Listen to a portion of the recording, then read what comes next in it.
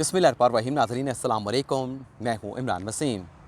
नाज़रीन, साबिक़ वज़ीर आज़म इमरान ख़ान के ख़िलाफ़ तौहीन अदालत की वज़ारत दाखिला की दरख्वास्त पर आज जो सुप्रीम कोर्ट ऑफ पाकिस्तान में हंगामा खेज़ समाअत हुई है, इसका अहवाल आपके साथ हम शेयर करेंगे। नाज़रीन, आज की ये अदालती कार्रवाई chairman PTI Imran Khan, doctor Babar Awan और एडवोकेट फैसल चौधरी के लिए किसी डरावने ख्वाब से कम ना थी। आज की अदालती कार्रवाई में 5 रुकनी बेंच के सरबराह जस्टिस उमरता बंदियाल ने जो जवाब इमरान ख़ान की जानिब से जमा करवाया गया, जो जवाबात डॉक्टर बाबर अवान और फैसल चौधरी की जानिब से जमा करवाए गए थे, इन तमाम जवाबात पर अदम इत्मीनान का इजहार करते हुए साबिक़ वज़ीर आज़म इमरान ख़ान से तहरीरी मुफस्सल जवाब जो है वो तलब कर लिया गया है। अदालत की जानिब से कहा गया है कि हफ्ते तक इमरान ख़ान अपना तहरीरी जवाब जो है वो अदालत में जमा करवाएँ और हफ्ते के बाद इस मुकदमे को दोबारा समाअत के लिए मुकर्रर किया जाएगा। और आज की समाअत में चीफ जस्टिस की जानिब से ये रिमार्क्स भी दिए गए कि 2 वकला के ज़रिए इस अदालत को गुमराह किया गया और जो 25 मई का अदालत ने ऑर्डर पास किया था वकला पर एतमाद करके, उस एतमाद को तोड़ा गया, उस एतमाद को ठेस पहुँचाएगी। और चीफ जस्टिस की जानिब से ये भी कहा गया कि वज़ारत दाखिला की दरख्वास्त पर अब तक इस मुकदमे की जो समाअत हो चुकी है, उसके तनाज़ुर में इतना मवाद जो है वो साबिक़ वज़ीर आज़म इमरान ख़ान के ख़िलाफ़ अदालती रिकॉर्ड पर आ चुका है, जिस पर उन्हें लाएबल जो है वो ठहरा सकते हैं, यानी उन्हें तौहीन अदालत का नोटिस जारी किया जा सकता है। और फिर चीफ जस्टिस ने यह भी कहा कि चूँकि जो जवाब इमरान ख़ान ने जमा करवाया है वो अबूरी जवाब है और इमरान ख़ान ने तहरीरी जवाब जमा कराने के लिए, यानी डिटेल जवाब जमा कराने के लिए 3 नवंबर तक की मोहलत मांगी है, तो हम तहम्मुल का मुज़ाहरा करते हैं और इमरान ख़ान को जवाब जमा कराने का एक और मौका देते हैं। और चीफ जस्टिस की जानिब से अपने रिमार्क्स में ये भी कहा गया कि जो कुछ 25 मई के ऑर्डर के बाद हुआ, अब वो करने की इजाज़त नहीं दी जाएगी। और आज की अदालती कार्रवाई जो कि 1 घंटे से ज़ायद वक्त तक जारी रही, तकरीबन कोई 45 मिनट तक 3 रुकनी वो बेंच जिसने 25 मई का ऑर्डर पास किया था डॉक्टर बाबर अवान और फैसल चौधरी की यकीन दहानी के ऊपर, उस बेंच में जस्टिस इजाज़ुल एहसन, जस्टिस मुनीब अख्तर और जस्टिस मज़ाहिर अली नकवी शामिल थे। बेंच के अरकान 45 मिनट तक जो है वो खामोश बैठे रहे और 45 मिनट के बाद जस्टिस इजाज़ुल एहसन ने फिर रिमार्क्स दिए, जिसमें उनका ये कहना था कि जो वेन्यू की बात की जा रही है, वेन्यू के ऊपर तो किसी किस्म का कोई एतराज़ था ही नहीं। वेन्यू पाकिस्तान तहरीक इंसाफ ने मांगा कि हमें श्रीनगर हाईवे का G9 H9 का जो ग्राउंड है वो एहतजाज करने के लिए दिया जाए, तो हुकूमत ने वो आपको वेन्यू दे दिया और हमने वहाँ पर सिक्योरिटी के इंतज़ामात करने का भी हुक्म दे दिया। और जिस मीटिंग का तज़किरा किया जा रहा है कि हुकूमत के साथ, इस्लामाबाद की इंतज़ामिया के साथ सुप्रीम कोर्ट ने अपने ऑर्डर में मीटिंग कराने का हुक्म दिया था, वो सिर्फ मॉडलिटीज़ तय होना थी कि कोई गमला ना टूटे, इमलाक को नुकसान ना पहुँचे, जो धरना एहतजाज है वो पुरअमन रहे, तो वो मॉडलिटीज़ तय करने के हवाले से मीटिंग जो है वो करने का कहा गया था। जहाँ तक वेन्यू को ताल्लुक़ था, वेन्यू ऑलरेडी तय हो चुका था, आपने जो मांगा था हुकूमत ने आपको वो ग्राउंड मुहैया कर दिया था, इस पर किसी किस्म का कोई तनाज़ा नहीं, लेकिन अदालती ऑर्डर का गलत इस्तेमाल हुआ। नाज़रीन, 11:45 पर अदालती कार्रवाई का आगाज़ हुआ। 15 मिनट की ताख़ीर से जब 5 रुकनी लार्ज बेंच कमरा अदालत में आके बैठा तो एडिशनल अटॉर्नी जनरल आमिर अमान जो है वो रोस्टम पर आए और उनके साथ सुप्रीम कोर्ट बार के सदर एहसन भून वो भी रोस्टम पे खड़े हो गए और उनकी जानिब से ये कहा गया, एहसन भून की जानिब से, कि वो डॉक्टर बाबर अवान और फैसल चौधरी को अदालत में रिप्रेजेंट करेंगे, वो उनकी जानिब से अदालत में पेश हो रहे हैं। और एहसन भून ने कहा कि अदालत ने बाबर अवान और फैसल चौधरी को नोटिस करके उनसे जवाब मांगा है और कामरान मुर्तज़ा जो कि आज पाकिस्तान तहरीक इंसाफ की दरख्वास्त, जमीयत उलमा इस्लाम फ़े की दरख्वास्त लेके आज इमरान ख़ान के दूसरे लॉन्ग मार्च के ख़िलाफ़ उन्होंने दायर की थी, उसकी समाअत के लिए उन्होंने अदालत से इस्तदा भी करना थी, तो कामरान मुर्तज़ा ने कहा कि सदर एहसन भून साहब, इलेक्शन हो चुका है लेकिन फ़िलहाल उन्होंने अपनी जो सदारत का चार्ज है वो उन्होंने नहीं छोड़ा। जिस पर चीफ जस्टिस ने कहा कि हमने वकला को नोटिस जारी नहीं किया, हमने इमरान ख़ान को भी नोटिस जारी नहीं किया, इनसे सिर्फ जवाबात मांगे हैं। और फिर चीफ जस्टिस ने एहसन भून से कहा कि फ़िलहाल आप अपनी सीट पे बैठ जाएं, सबसे पहले हुकूमत के वकील को सुनेंगे, एडिशनल अटॉर्नी जनरल आमिर अमान को सुनेंगे, उसके बाद फिर आपको अपनी बात करने का मौका दिया जाएगा। इसके बाद आमिर अमान ने अपने दलाइल में कहा कि तीनों फ़रीक़ैन के जवाब आ चुके हैं। इमरान ख़ान ने अबूरी जवाब जमा कराया है और उन्होंने तफसीली जवाब के लिए अदालत से 3 नवंबर तक का वक्त मांगा है, लेकिन अपने अबूरी जवाब में इमरान ख़ान ने यकीन दहानी से जो सुप्रीम कोर्ट के 3 रुकनी बेंच को करवाई गई थी, उस यकीन दहानी से लाइल्मी का इजहार कर दिया है। आमिर अमान ने कहा कि इमरान ख़ान अपने जवाब में कहते हैं कि मेरी तरफ से जो यकीन दहानी सुप्रीम कोर्ट को कराई गई या PTI की लीडरशिप की जानिब से कोई यकीन दहानी अगर अदालत उज़्मा को करवाई गई थी वो मेरे नॉलेज में नहीं। और इमरान खान अपने तहरीर जवाब में ये भी कहते हैं कि वो अदलिया का बड़ा एहतराम करते हैं। और फिर आमिर अमान ने अपने दलाइल में कहा कि 25 और 25 मई के फैसले में जो यकीन दहानी थी वो बड़ी वाज़ेह थी। दोनों वकला ने आके अदालत को यकीन दहानी कराई थी। और फैसल चौधरी ने तो अपने तहरीरी जवाब में लिखा है कि असद उमर ने राब्ता करके उन्हें अदालत को यकीन दहानी करवाने का कहा था। और फिर आमिर अमान ने यह भी कहा कि फैसल फरीद ये कहते हैं कि मेरा इमरान खान के साथ रब्ता नहीं हुआ था, लेकिन असद उमर ने टेलीफोन करके रब्ता किया और उन्हें यकीन दहानी अदालत को करवाने का कहा। और जब आमिर अमान ये दलाइल दे रहे थे तो कमरा अदालत में मुकम्मल तौर पर पिन ड्रॉप साइलेंट था, यानी मुकम्मल तौर पर खामोशी थी। और उसके बाद चीफ जस्टिस ने यह रिमार्क्स दिया कि मुख्तलिफ फेजेस में यह अदालती कार्रवाई आगे बढ़ी और तीसरे फेज़ में अदालत से G9 H9 का ग्राउंड मांगा गया, अदालत को यकीन दहानी भी कराई गई। और फिर चीफ जस्टिस ने अपने रिमार्क्स में यह भी कहा कि अदालत ने को वाज़ेह यकीन दहानी नहीं बताया गया, यकीन दहानी में यह वाज़ेह नहीं किया गया दोनों वकला की जानिब से कि वो यकीन दहानी किसके बिहाफ पे करा रहे हैं। लीडरशिप का लफ्ज़ इस्तेमाल हुआ तो लीडरशिप का मतलब ये है कि टॉप पे जो लीडरशिप है वो इमरान खान है। इमरान खान से पाकिस्तान तहरीक इंसाफ की लीडरशिप का आगाज़ होता है। चीफ जस्टिस ने कहा कि अगर दोनों वकला को किसी ने कोई हदायत नहीं दी थी, यकीन दहानी करवाने का नहीं कहा था, तो फिर इन्होंने आके अदालत को यकीन दहानी क्यों कराई। ये कुछ ऐसा है जिसकी वजाहत होना ज़रूरी है।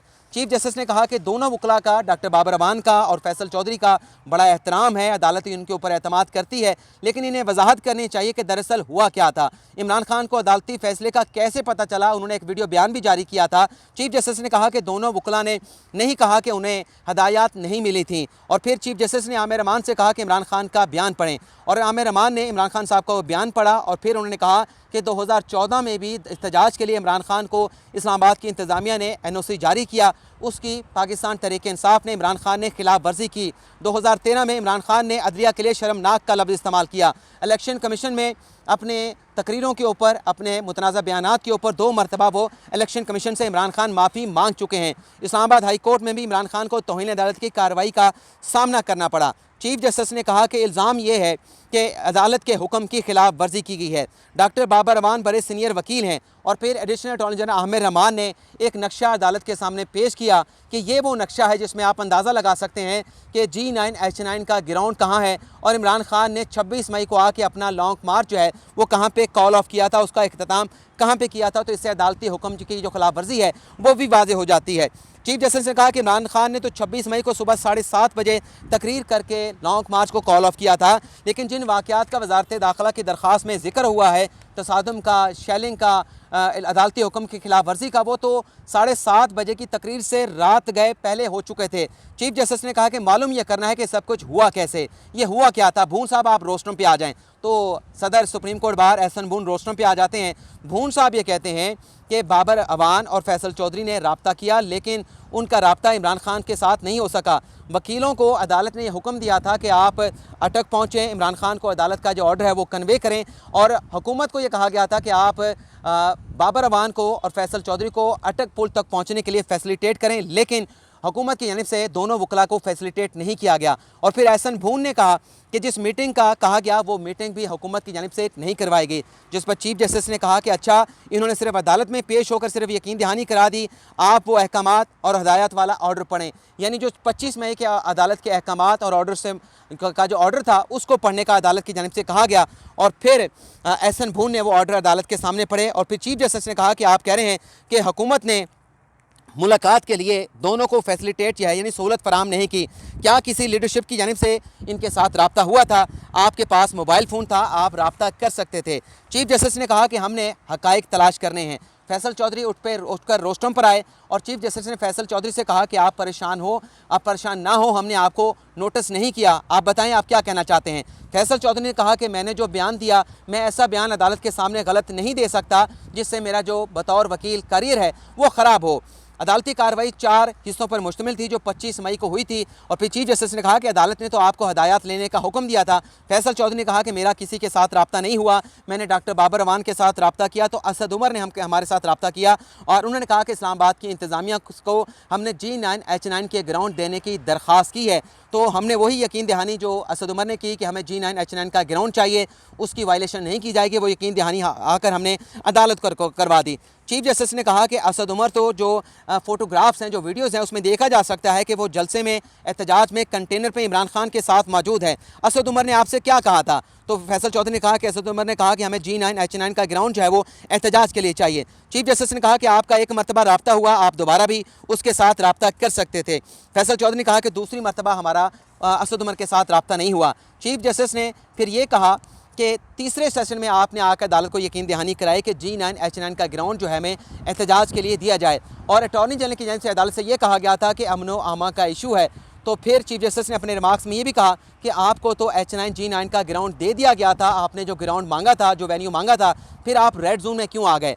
फैसल चौधरी ने कहा कि आर्डर के बाद मुलाकात के लिए हमें फैसिलिटेट नहीं किया गया, लीडरशिप से हमारी मुलाकात नहीं हुई। चीफ जस्टिस ने कहा कि मीडिया उस रोज़ कमरा अदालत में मौजूद था, मीडिया के ज़रिए भी ये ऑर्डर जो है वो कम्युनिकेट हो चुका था, जहाँ पे पहुँचना था वहाँ पे ऑर्डर कम्युनिकेट हुआ। आप बहुत ज़्यादा वजाहत देने की कोशिश कर रहे हैं, ये बहुत ज़्यादा वजाहत देना आपके लिए तबाहकुन हो सकता है। और इसके बाद चीफ जस्टिस ने अपने रिमार्क्स में ये भी कहा कि अदालत ने उस 25 मई की कार्रवाई के ज़रिए एक तवाज़ुन पैदा करने की कोशिश की थी। अगर एक मरतबा आपका रब्ता हुआ था तो दूसरे मरतबा भी आपका असद उमर के साथ रब्ता हो सकता था।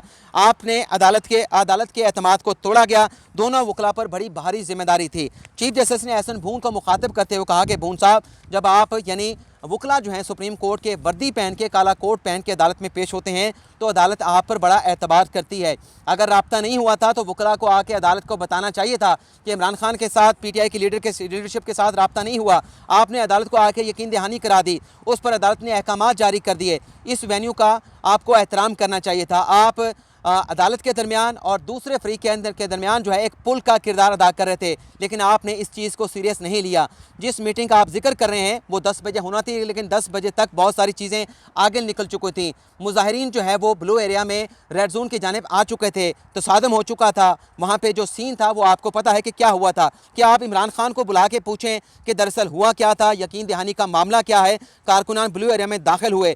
चीफ जस्टिस ने कहा कि आप ठीक कह रहे हैं कि पार्टी क्या बात है, मैंने खुद लिखी है, मैं खुद भूल गया। और फिर चीफ जस्टिस के बाद इजाज़ुल एहसन तकरीबन कोई 45 मिनट के बाद बोले। उन्होंने कहा कि अदालत के ऑफिसर के तौर पे आपका बड़ा एहतराम किया।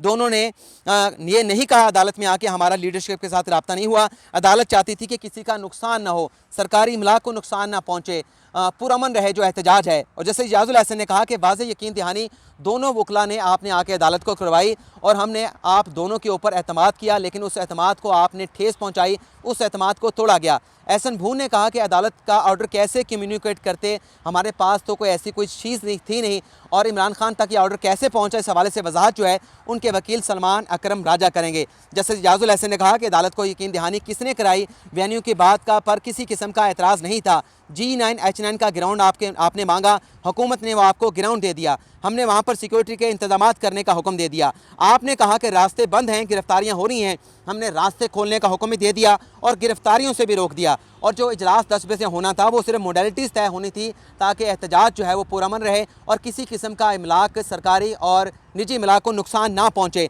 वेन्यू पे कभी कोई तनाज़ा था ही नहीं, यकीन दहानी कराई गई, लेकिन उस यकीन दहानी से ओवर स्टेप किया गया, यानी जो वेन्यू था उसको छोड़ के आप आगे चले आए। और फिर एहसन भून ने कहा कि 6 बजे के बाद हमारे पास कोई हेलीकॉप्टर तो था नहीं कि इमरान खान को जाके अदालती हुक्म के हवाले से आगाह करते। तो चीफ जस्टिस ने कहा कि आपने इंतज़ामिया को भी G9 का ग्राउंड मांगा था, उसका NOC मांगा था। जब वो ग्राउंड आपको दे दिया गया तो फिर आप आगे आने की आपके पास वजह क्या थी? जैसे इजाज़ुल एहसन ने कहा कि इन्होंने वेन्यू मांगा, हुकूमत ने तो वो आपको दे दिया, हमने उस ग्राउंड पे सिक्योरिटी के इंतजाम करने का भी हुक्म दे दिया, लेकिन आपने अदालती हुक्म का गलत इस्तेमाल किया, अदालती हुक्म को मिस यूज़ किया गया। आपकी यकीन दहानी पर अदालत ने आपको प्रोटेक्ट किया था, तमाम रुकावटें हटा दी थी, लेकिन जब सब कुछ हटा दिया गया तो आप कह रहे हैं कि आपकी लीडरशिप के साथ रसाई नहीं थी। चीफ जस्टिस ने कहा कि अब आप हीले बहाने कर रहे हैं कि आपके पास गाड़ी नहीं थी, आपके पास जहाज़ नहीं था, आपके पास मोटरसाइकिल नहीं था, आपके पास कार नहीं था जिस पर आप जाके इमरान खान को अदालती ऑर्डर के हवाले से कन्वे करते। चीफ जस्टिस ने एहसन भून से कहा कि यकीन दहानी के बाद हम आई एम सॉरी कि अदालत जो है इस मामले के ऊपर बहुत ज़्यादा डीपली डिस्टर्ब हुई है। दोनों सीनियर वकला हैं, चीफ जस्टिस ने कहा क्या अदालत के सामने किसी कन्फर्मेशन के बगैर ये यकीन दहानी करवाई गई? एक मरतबा रब्ता हुआ था तो दूसरी मरतबा भी ये रब्ता कर सकते थे। पहले चीज़ ये थी कि पुरअमन रहें और इमलाक को नुकसान ना पहुँचे। अदालत को मिसलीड किया जा रहा है, किस पे जिम्मेदारी डालें? वकीलों पे डालें जिन्होंने आके अदालत को यकीन दहानी कराई, या उसके ऊपर जिम्मेदारी डालें जो अपने तहरीरी जवाब में कहता है कि वो अदलिया का बड़ा एहतराम करते हैं? यानी इमरान खान की बात हो रही थी। अदालत ने कहा कि जिम्मेदारी किधर की चली गई जो ली गई थी, और जो अदालत का एहतराम था वो किधर है? चीफ जस्टिस ने कहा कि आपने आइन के खिलाफ, आप आइन के खिलाफ कैसे जा सकते हैं? क्या कोई 10,000 15,000 का मजमा ला के 2 लाख लोगों के जो बुनियादी हकूक़ हैं, उनकी जो ज़िंदगी है, उसको मफलूज कर सकते हैं? अदालत ने आइन का तहफ़्फ़ुज़ भी करना है, लोगों के बुनियादी हकूक़ को प्रोटेक्ट भी करना है।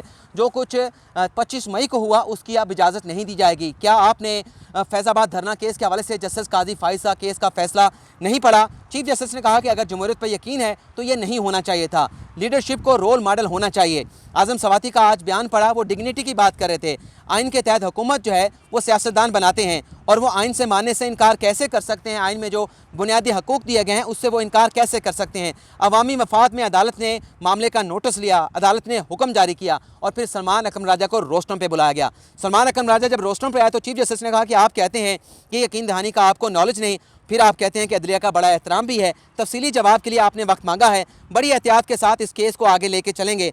अभी तक हम तहम्मुल का मुजाहरा कर रहे हैं। हमारे एक जज ने तो इमरान खान को शो काज नोटिस जारी कर दिया है, लेकिन इस दरख्वास्त के ऊपर अब तक इतना मवाद आ चुका है जिस पर इमरान खान को लायबल ठहरा के उन्हें तौहीन अदालत का नोटिस हो सकता है।